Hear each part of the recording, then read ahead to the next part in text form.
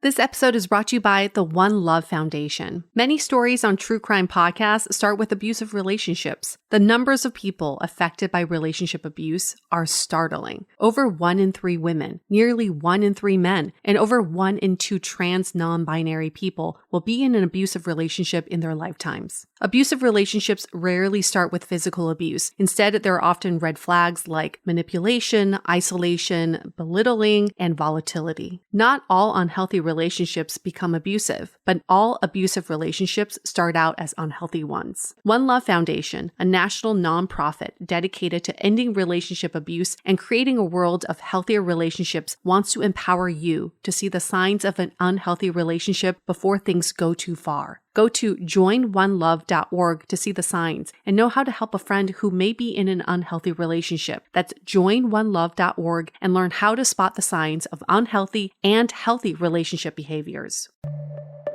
The DATEABLE podcast is an insider's look into modern dating that the Huffington Post calls one of the top 10 podcasts about love and sex. On each episode, we'll talk to real daters about everything from sex parties to sex droughts, date fails to diaper fetishes, and first moves to first loves. I'm your host, Yue Xu, former dating coach turned dating sociologist. You'll also hear from my co-host and producer, Julie Krafchick, as we explore this crazy dateable world.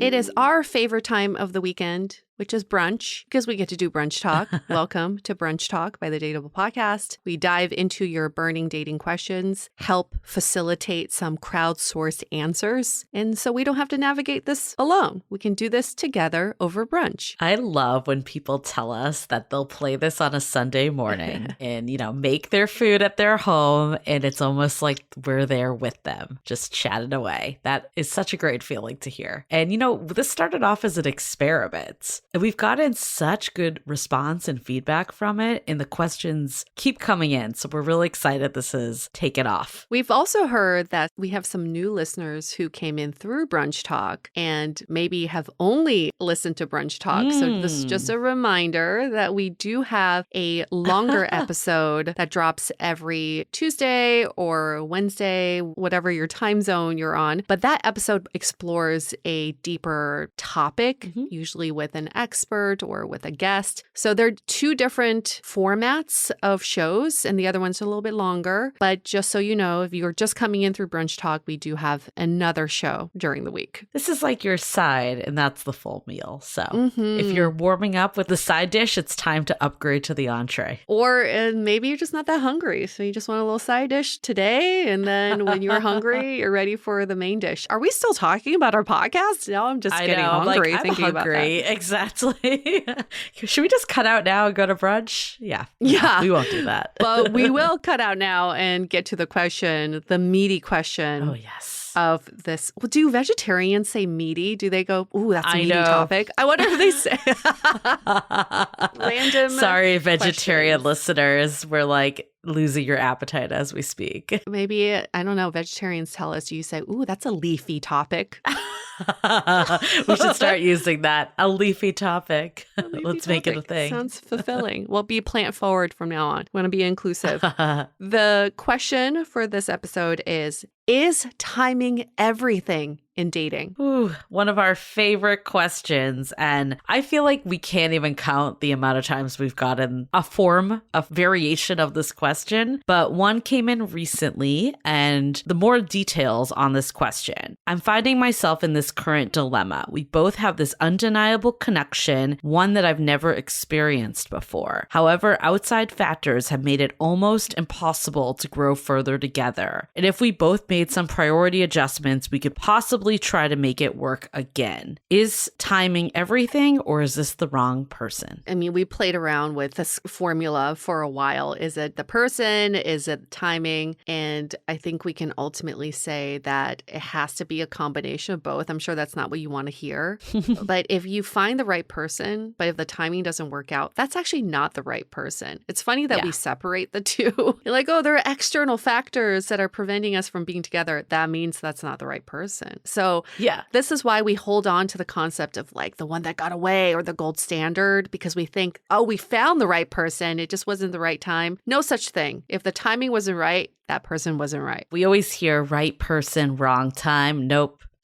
Wrong time, wrong person, basically. Yep. And I agree. I was victim to this for years. I thought that I had found the right person. Just some personal things had to change on his side. And then once it did, everything would be good. Spoiler alert, it never did. Yep. And I think actually being removed from the situation, all the things that I thought it was outside, of course, those were still factors. I don't want to like diminish that life happens and sometimes life does get in the way, because it's not like dating is our only thing that's happening in our worlds. That being said, I do believe that the right person will want to make it work. And it doesn't mean that they like don't want to, that they're like a bad person and they didn't have feelings for you, but maybe they're just not in the place to make it work. It almost doesn't matter what the reason is. All that matters is that they're not committing. And it took me entering this new relationship. I don't even want to say new, it's been a year and a half, but the relationship I'm currently in, to realize that it was a commitment issue. That's what the core was, that like we don't know the circumstance in this response that came in from our listener, that there's reasons why they're growing apart, maybe distance of where you live. Like there can be a lot of these factors, but at the end of the day, like unless you're going to make it work by making some changes, then it almost doesn't matter what the reason is. I think a reframe of this question could be, what is the formula for a healthy, sustaining relationship? Yes. And that formula is a combination of this mutual attraction, basic foundational attraction, plus the willingness to build a life together. Yes. And when we're talking about timing, I think a very important question to ask your partner is, what is the life we want to build together? And if you're not aligned on that, then you're with the wrong person. And I've given this example a few times. When I was in my 20s, I met someone who's ready to lock it down, get married, have kids. He did everything right. This man treated me so well. He was such a wonderful person. I can honestly say, right person. I guess anybody could say that's a right person. Yeah. He did all the right things. But our life goals at that time were different. He wanted to move to the suburbs and start having kids already. We were living in New York City. I wasn't even done exploring New York yet. I would have been happy with someone who was committed to exploring more of the city life and grow within the city life first, but we didn't see eye to eye on that. So yeah, some could argue right person, wrong time. No, just a wrong person for me, despite him being a wonderful partner. And it doesn't mean, and I don't think you should hold out for someone, but it doesn't mean that you can't come into each other's orbits at a later point. I'm thinking of you and your current partner. Yeah. There were many years that you knew each other. Not that you were in the mentality of like, is this the right person? But it wasn't the right person for either one of you because of where you both were in your life. And then it became the right person. I do think that's different though than holding on for someone to become the right person with the right time. That feels like a recipe for failure. I think if that's going to happen, it just needs to happen organically. Taken for someone that wasted, in my opinion, too many years holding out for that. So I think that it's one of those things that it's really easy to justify, like if only this changed or that changed. But what is the current situation? You have to be realistic with what that is and move in your life accordingly. And if so much you happen to become aligned in the future, that's amazing, but it's more the exception than the rule. And this question, I hope, will show that to be more flexible in who you are in a relationship. I think as we get older, we've heard this, and I'm guilty of this, is like you feel like you're a certain identity. I'm this person, like I'm a city person, and I'm never going to move to the suburbs. I'm never going to do that. And in a relationship, it doesn't work like that. It's like, how can I be the right person for my partner every day?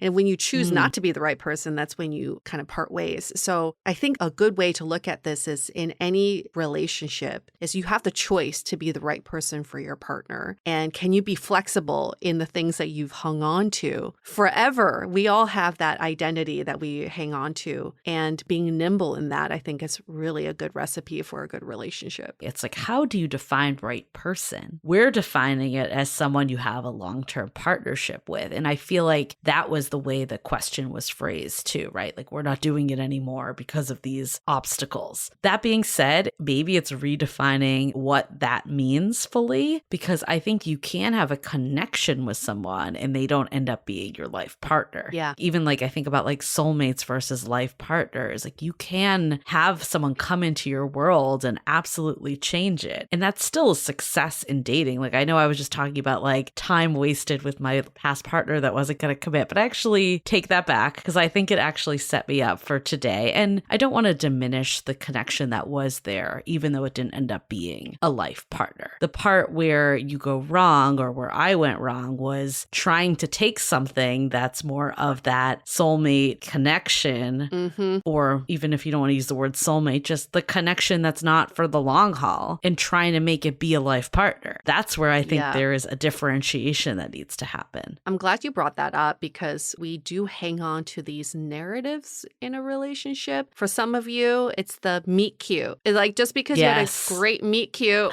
you feel like you have to carry on with this relationship because it's such a great story. You were meant to be. Okay, I recently met someone whose brother was going through a bad divorce, and what he ended up doing was he revisited an old friend of his from college, and they reignited their connection. So at the time that he had met his wife, he also met this woman. And then when that marriage dissipated, he came back for this other woman. And in the moment, it felt very romantic. Like, this was meant to be, all these years of missed connections. Now we're absolutely together. At the end, you kind of have to say it was just another relationship. Yeah. And it was another learning. And she was hanging on to the idea of, oh, this is someone coming back into my life. This has to be it. We're meant to be. But they were completely incompatible for each other. So they... Yeah. You can't hang on to this narrative, because guess what? We're not trying to make movies out of our relationships. This is your life. Stop hanging on to what you're trying to write and just let the story play out naturally. Don't force it. I'm so glad you brought that up, because I think the meet cute story is such a big part of the story. Before we go further, let's hold that thought for a quick message. This episode is brought to you by the One Love Foundation. The numbers of people affected by relationship abuse are startling. Abusive relationships rarely start with physical abuse. Instead, there are often red flags like manipulation, isolation, belittling, and volatility. Do you know the signs? One Love Foundation, a national nonprofit dedicated to ending relationship abuse, empowers you to see the signs of an unhealthy relationship before things go too far. Visit joinonelove.org and learn to spot the signs of unhealthy and healthy relationship behaviors.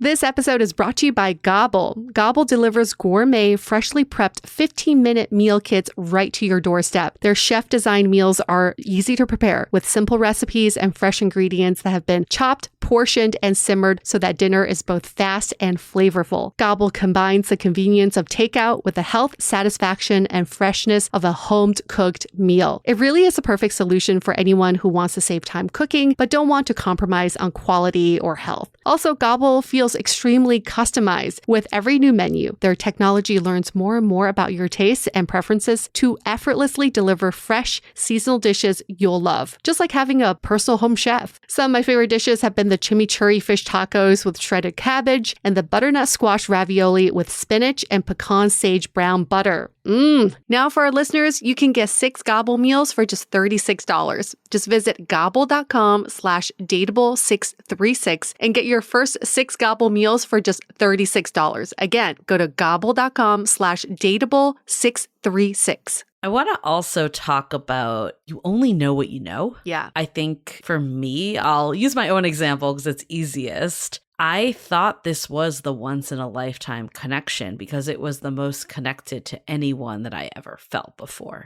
Now, in retrospect, when I have a partner that is more of a life partner, we're doing life together, feels much more committed in every way, I realize that that was definitely not as serious as I thought it was. But to me, at the time, it was the most serious thing that I had.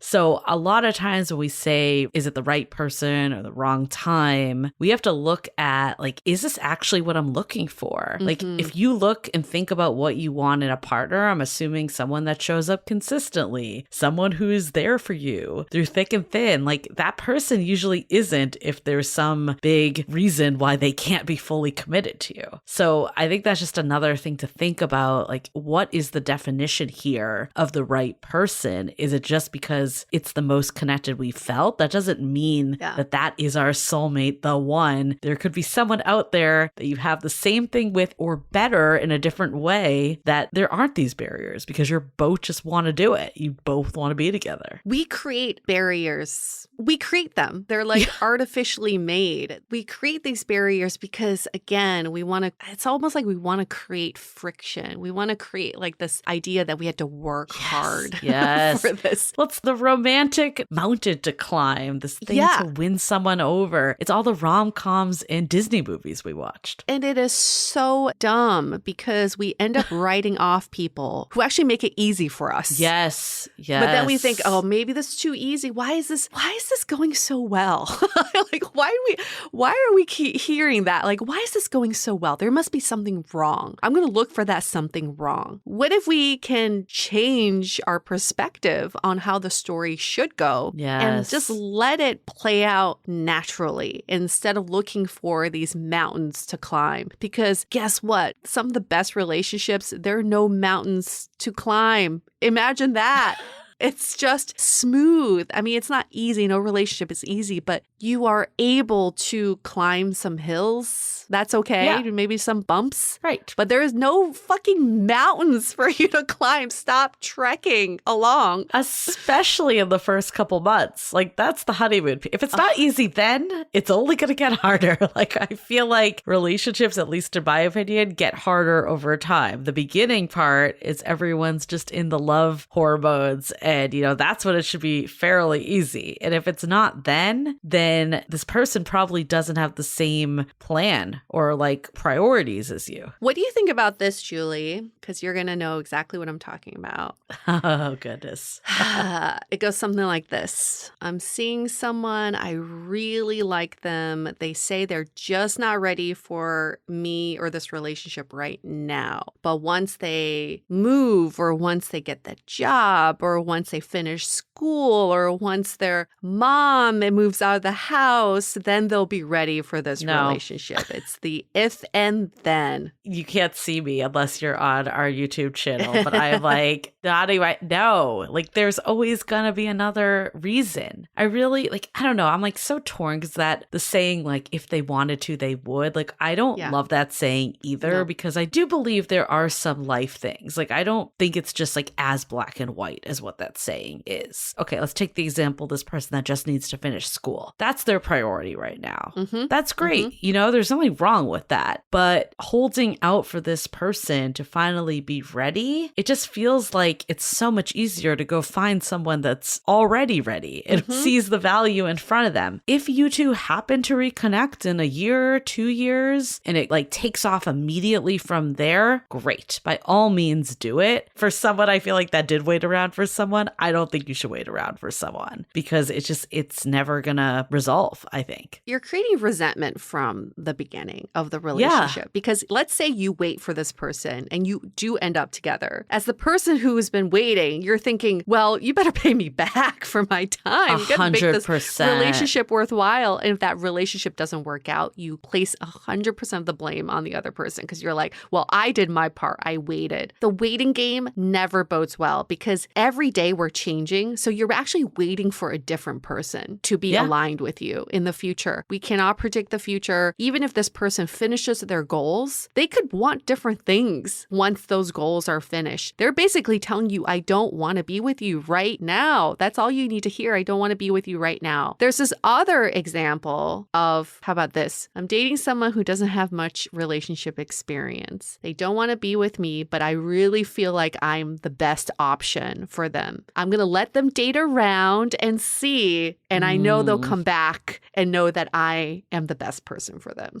No, because also No. Not everyone needs to date 100 people before they find someone that's a good fit for them. So that's one BS right there. If they are the type of person, though, that wants to date around, that's the stage of life that they're in. It's not like, I don't know why we're thinking like it needs to be that in order for it to be this. I see those as two independent constructs completely. I agree. The wedding I went to last weekend, we sat at a table where most of the couples met in college or shortly after college, and they've only been with each other and they're going strong. And when I dug into why their relationships are so strong, it's because they've dated multiple people within that relationship. You don't need to date physically different people. They've just been changing and evolving so much that even 5 years ago, they felt like the relationship was completely different. And I really admire that because that is what creates the bond between two people, is that you're evolving and changing together. You don't need to be sleeping around with other people to know, oh, hey, I really should be with this person. If anything, it's probably just going to make them realize, I really just want to keep sleeping around. I mean, all these scenarios, all they're doing, as you know, I'm a big How I Met Your Mother fan, but there was this episode that they call, like, basically you're on someone's hook. And it was a chain of like when Ted, the main character, had this girl he was pursuing, and then she had a guy that she was pursuing. And it was just like a chain, and he had a girl that was pursuing him that he like had on the hook. And that's all it's doing, this right now. And that in that episode, that's why I thought of it. It would be like, I'm really into you, but not right now. And like that right now was like I want a relationship, but not right now. And that was like the hook right there, the right now. But we're living for the right now. We got to evaluate your choices right now. And yes, we can look at the potential of someone, but that potential is not a fact. It's not fully realized. It's just a concept. The right now is fully formed. It's tangible. It's in front of you. And you can really, truly judge this person, your relationship based on the right now. Yeah. I mean, I'm going to throw it back to another brunch talk we did, the difference between settling and being picky, our number one brunch talk. But we did a list of the only 7 things that matter in a partner. And the first one was consistency in how they're showing up. And we said it, if that's not there, all the other ones don't matter. Again, pending you're looking for a long-term committed relationship. But with this whole thing with the right person, right time, if things were different, we could be together. The reality is that's number one is missing in some way, or you wouldn't be asking this question in the first place. So it almost doesn't matter what the rest of that connection looks like, unless you just want to say it's the right connection for the fleeting moment. But that's usually not the right person. That's not the right person. It's a good moment to have. We all it's not love those the moments. One, right? If you believe in the one, yes. Yeah, if you believe in the one. That's a whole other topic. Oh my God. But the most dangerous thing that can come out of this right person thing is believing that they're the one and waiting for it. I probably sound like a broken record on that, but if that is the biggest learning I've had in my dating life, and I hope that could get past to people, is like, we need to separate reality with fantasy, like what's actually happening versus what do we want to be happening. And you know, it's really nice to live in the world of, oh, in a month when they're done with school or when they move closer next year, it's a nice like space to be in, because it's not reality of being like, damn, this sucks, we can't be together. I get it. It's like, I know what some of you in this situation are thinking, but they treat me like we're already in a relationship. They've introduced me as their boyfriend, girlfriend, partner, whatever, but their actions aren't lining up to what you're hoping to happen. So it's very easy for people to act coupley. I know that's what gets you confused, but we do have to know that, imagine if someone acted coupley with you and actually was proud and wanted to be in a relationship with you, versus someone who just acts coupley but then says, I don't want to be with you, maybe later. Hot and cold. Imagine how much better it could be. Yeah, like, don't be with that. That's what settling is. We often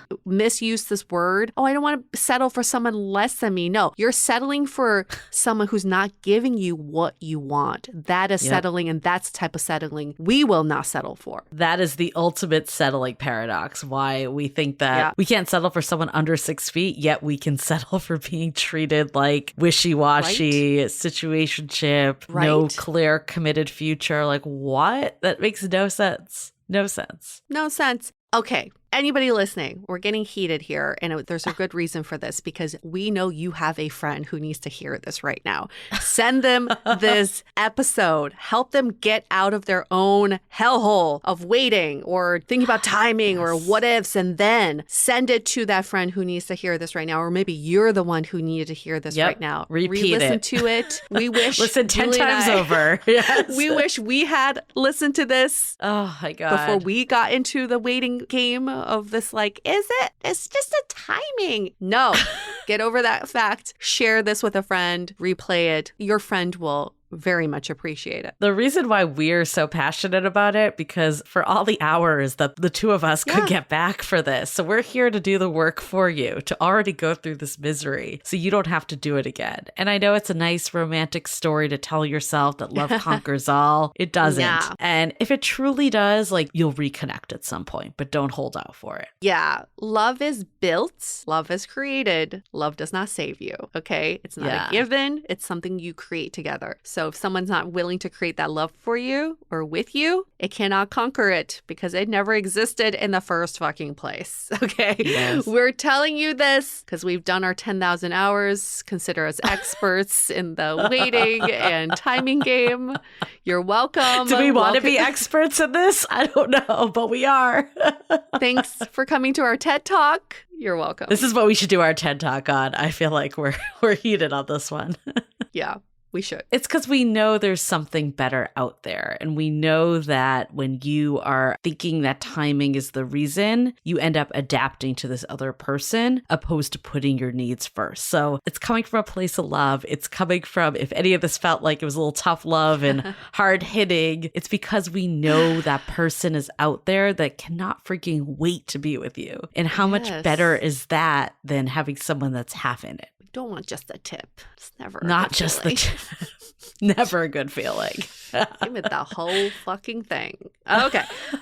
That can mean so much more. So much more, but happy brunch. Hope you all are enjoying your meals or your walks, whatever activities you're doing right now. Keep sending in these questions. Like we said, we never run out of questions. We never stop answering questions. Send them in. No question is bad for this show. Like, we'll try to get to every question. So send those in. You can email us hello@dateablepodcast.com, or you can DM us on Instagram @dateablepodcast. We'll see you next week. Bye. The Dateable Podcast is part of the Frolic Podcast Network. Find more podcasts you'll love at frolic.media/podcasts. Want to continue the conversation? First, follow us on Instagram, Facebook, and Twitter with the handle @dateablepodcast. Tag us in any post with the hashtag StayDateable, and trust us, we look at all of those posts. Then head over to our website, dateablepodcast.com. There you'll find all the episodes as well as articles, videos, and our coaching service with vetted industry experts. You can also find our premium Why series, where we dissect, analyze, and offer solutions to some of the most common dating conundrums. We're also downloadable for free on Spotify, Apple Podcasts, Google Play, Overcast, Stitcher Radio, and other podcast platforms. Your feedback is valuable to us, so don't forget to leave us a review. And most importantly, remember to stay dateable.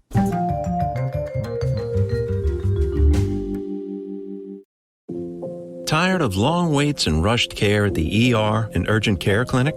Next time, stay home and let Dispatch Health bring the power of the hospital to you. I call Dispatch Health. A care team of medical professionals actually come to your house. They're the same caliber of people that you would see if you were at a hospital or an urgent care. Dispatch Health can treat most non-life-threatening emergencies. They can do the x-rays, they can do stitches, urinary tract infections, blood test, urinalysis, ultrasound. It's almost everything that they can do at the ER. You never feel rushed. They're there for you and only you. I felt like their only patient. And it costs no more than a trip to urgent care because Dispatch Health is covered by most insurance, including Medicare.